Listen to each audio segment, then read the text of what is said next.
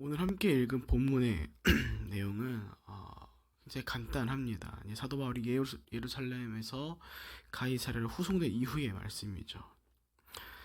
사도 바울이 가이사랴에 도착한 후 이제 그 도에 대해서 복음에 대하여 이제 익히 잘 알고 있었던 벨릭스에 의해 이제 사도 바울이 어느 정도 자유를 얻게 되지만 동시에 사도 바울을 향한 재판도 미뤄지면서 가이사랴의 사도 바울은 약 2년간을 갇히게 됩니다. 오늘 본문 25절을 이제 보면 이제 총독 벨릭스는 바울이 전하는 정의와 자기 절제와 심판에 대해 듣고 두려워하였다라고 나오죠.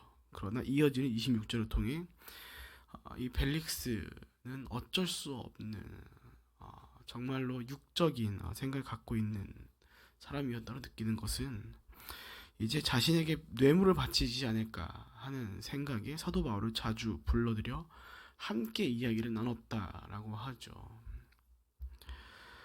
사도 바울은 그렇게 가이사랴에서 2년간 갇혀 있게 되고 이제 벨릭스에 이어 보르기오 베스도라는 사람이 총독의 자리에 올라서게 됩니다. 그리고 이후 베스도가 총독에 자리한 지 3일이 지나고서 베스도는 가이사랴에서 예루살렘으로 가게 되죠. 근데 이때 대제사장들과 유대 지도자들이 베스도의 앞에 나와 이렇게 바울에 대해 얘기합니다. 고소를 하게 되죠. 사도 바울이 2년이란 시간 동안 갇혀 있었더라면 사실 인간적인 생각으로는 이제 슬슬 이 유대인들이 사도 바울에 대해 잊을 법 하다라고 생각해 볼 만한데 총독이 벨릭스에서 베스로 바뀌자마자 그를 찾아가 바울을 고소한 것을 보면은 이 유대인들은 어지간히 사도 바울을 죽이고 싶어 했던 것 같습니다.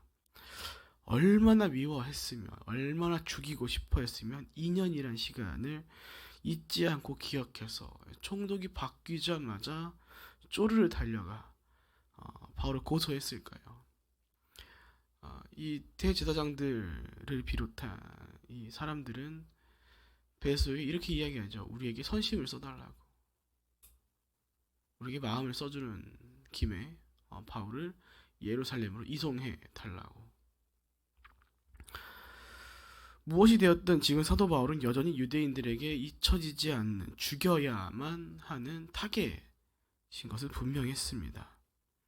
그리고 이후 베스도는 유대인들의 환심을 사고자 그들과 시간을 가지고 이후 가이사랴에 있는 바울에게 이렇게 이야기합니다. 본문 9절입니다.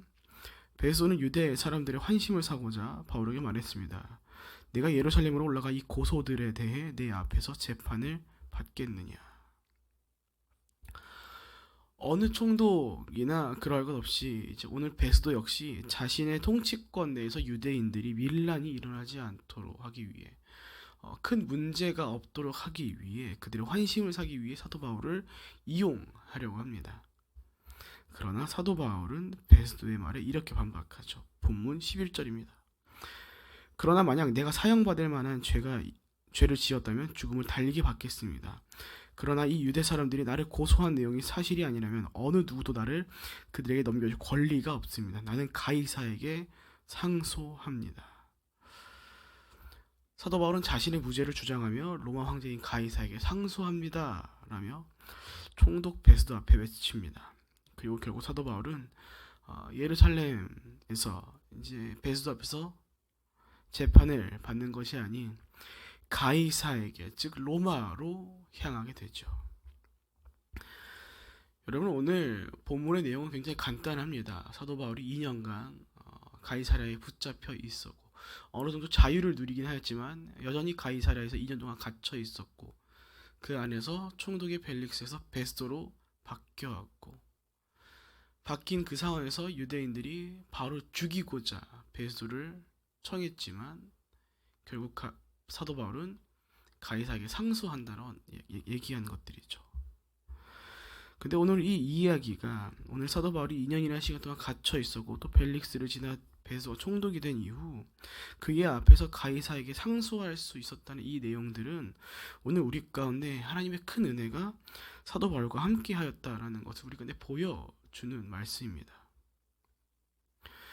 오늘 본문 가운데 나타난 사도 바울이 2년간 갇혀 있었고 또 총독 베스도 앞에서 로마 황제인 가이사에게 상소할 수 있었던 이유는, 가장 큰 이유는 바로 사도 바울이 로마 시민권자였기 때문입니다.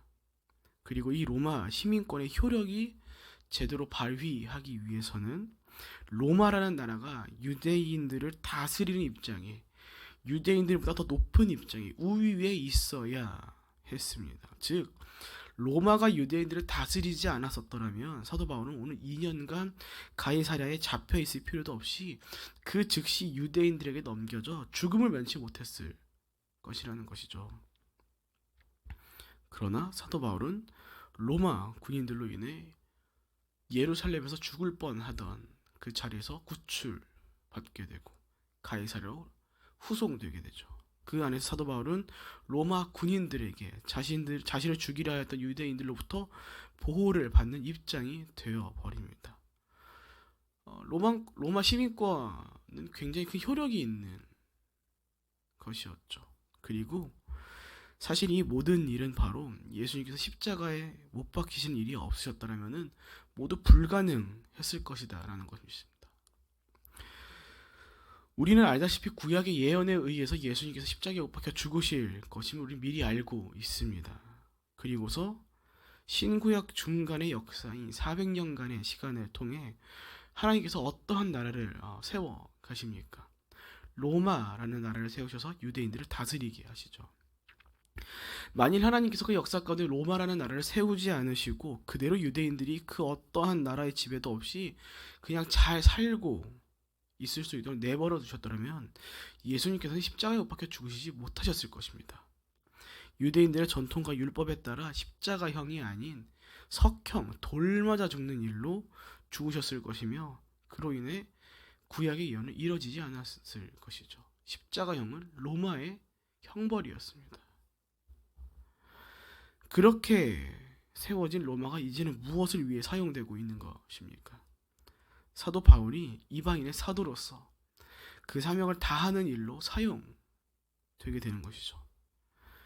만일 사도 바울이 로마 시민권자가 아니었더라면 사도 바울은 진작에 유대인들에게 죽었을 것입니다. 로마 군인들에게 보호를 받을 이유가 없어지게 되거든요. 전장에서도 얘기하듯이 예루살렘에서 사도 바울을 구출한 천부장은 그에게 이야기합니다. 나는 많은 돈을 들여서 이 시민권을 샀다고요. 근데 사도 바울은 이야기하죠. 나는 나면서부터 시민권자였다. 당시 로마 시민권자에게도 등급이 있었습니다. 돈을 많이 들여 살 수 있는 것과 나면서부터 본투비, 로마 시민권자인 사람들이 있었죠. 그들이 더 높은 직위의 사람들이었습니다.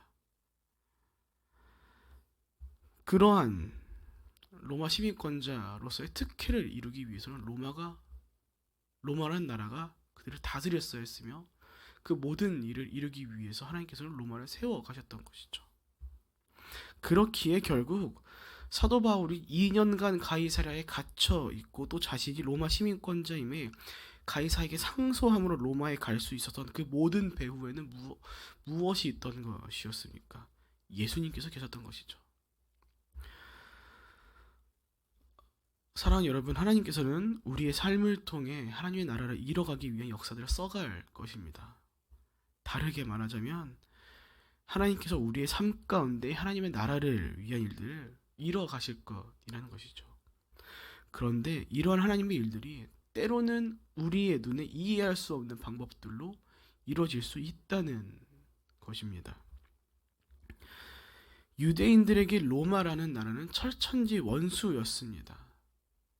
하나님의 선민, 거룩한 백성이라고 하는 그들 가운데 로마는 원수이죠. 그런 로마에게 사도 바울이 지켜질 것이라고 누가 생각이라도 했겠습니까? 가이사랴에 갇혀있는 2년이라는 시간이 사실 사도 바울이 안전하게 지낼 수 있는 시간이었을 거라고 누가 생각할 수 있었겠습니까? 자신이 로마 시민권자로서 가이사에게 상소함으로 자신의 사명에 따른 로마로 가는 길 가운데 로마 군인들에게 자신을 죽이기 위해 매복하고 있던 유대인들로부터 보호받게 될 줄 누가 알았겠습니까? 만일 우리가 우리의 삶을 이끄시는 하나님의 방법들을 우리의 시선에서 이해할 수 있는 방법으로만 이끄신다라고 생각하고 살아간다면 우리는 하나님의 방법들을, 하나님의 시간들을 이해하지 못할 것입니다.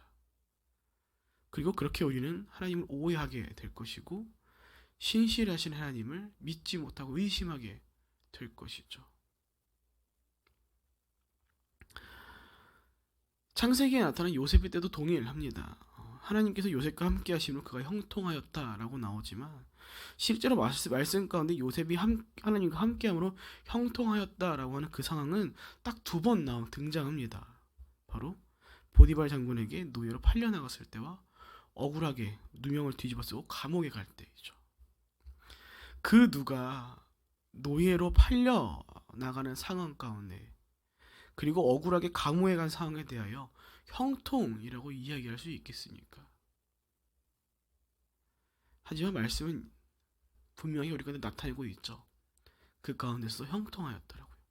하나님께 동행하여 형통하였더라고요. 참 속상한 일들 중 하나는 상당 부분 설교자들이 요셉에 대해 형통을 이야기할 때 그 어려운 시간들을 끝끝내 인내하고 버텨내서 총리가 되었다는 이야기를 자꾸 연결지으려고 합니다. 하지만 말씀 가운데 분명히 나타납니다. 총리가 되어서 그가 형통이었다고 이야기하지 않죠.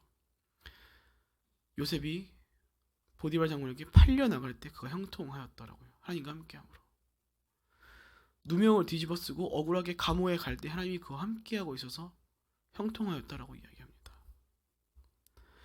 그리고 이 말씀 가운데 나타나는 형통이라는 그 단어의 의미는 번영하다라는 뜻과 함께 앞으로 나아가다라는 의미를 가진 단어이기에 즉 요셉에게 하나님과 함께함으로 그 노예가 되는 상황과 감옥에 가는 상황은 자신이 하나님께서 이끄시는 길을 걷기 위해 앞으로 나아가기 위해 필요한 일이었다라는 것이었죠.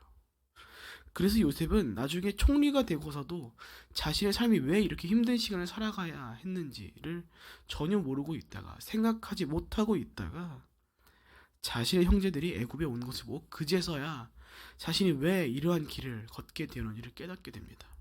요셉이 이렇게 이야기하죠. 하나님이 생명을 구원하시려고 나를 당신들보다 먼저 보내셨나이다. 당신들을 구원하려고 나를 당신들보다 먼저 보내셨다. 먼저 이곳에 도착하여 당신들을 맞이하기 위해 그 어렵고 힘든 그 일들을 일부러 겪고 지나가게 하여 그 일들을 통하여 하나님의 길 가운데 앞으로 나아가게끔 하기 위하여 그 일들을 통하여 먼저 나를 이곳에 보내셨다. 비록 우리의 눈으로는 이해할 수 없는 방법들이지만 그 방법들로 하나님께서는 하나님의 사람들을, 자신의 백성들을, 자녀들을 지켜나가시고 이끄신다는 것입니다.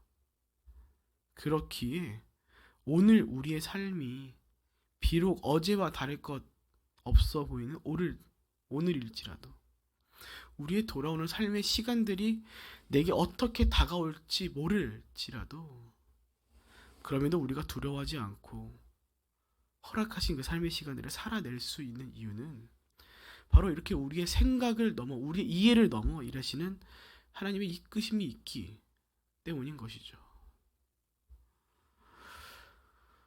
사랑하는 여러분, 오늘 사도 바울이 가이사랴에 갇혀있던 2년이라는 시간은 그리고 벨릭스에 이어 베소가 총독이 된 이 상황들은 사실 사도 바울에게서 굉장히 위험할 수 있는 시간들이었습니다. 언제든지 죽을 수 있었던 상황이었던 것이며 위험이 가득한 상황이었습니다. 그러나 하나님께서는 겉으로는 위험해 보일 수 있는 그 상황을 통해 오히려 사도 바울을 지켜가시고 예수님께서 말씀하신 그 사명의 길을 다 걸어갈 수 있도록 만들어 가십니다. 그 누가 갇힌 2년이라는 시간이 보호받을 시간으로 이해하겠습니까? 그 누가 자신 로마 시민권자임에 자신들의 철천지 원수였던 로마 군인에게 보호받는 입장으로 살아갈 것이라고 누가 알았겠습니까? 하나님 우리의 생각과 이해를 넘어 우리가 알지 못하는 방법대로 때때로 우리를 인도해 가신다라는 것을 우리는 기억해야 합니다. 그렇기에 오늘 우리의 삶이 때로는 비록 하나님께서 부재하시는 것처럼 느끼는 순간들이 있을지라도 우리가 걱정하지 않고 우리 가운데 맡겨주신 그 복음을 살아내고 때로는 선행과 그 길을 베풀며 유대인들 앞에서 복음을 전하는 바울과 같이 우리가 그리스도님을 감추지 않고 당당하게 살아갈 수 있는 이유는 바로 이와 같이 비록 우리의 눈에서는 우리 이해로는 이해할 수 없는 일들이지만 그 일들을 통해 우리를 이끄시는 하나님의 손길들이 있기 때문인 것입니다. 당장의 고통과 고난이 나의 어려움이 나의 삶을 정의하지 않습니다. 때로는 그것이 앞으로 나아가는 일을 위해 지나가야 하는 길일 수도 있습니다.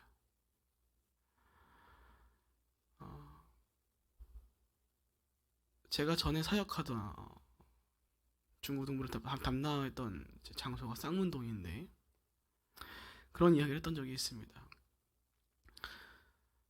아이들이 에버랜드라는 놀이공원을 놀러 가려면 용인까지 가야 되는데 아이들이 그곳을 가려면 정말 지하철만 타고 가도 한참을 가야 하는 그 어려움이 있거든요. 그 힘든 길을 가야 되거든요.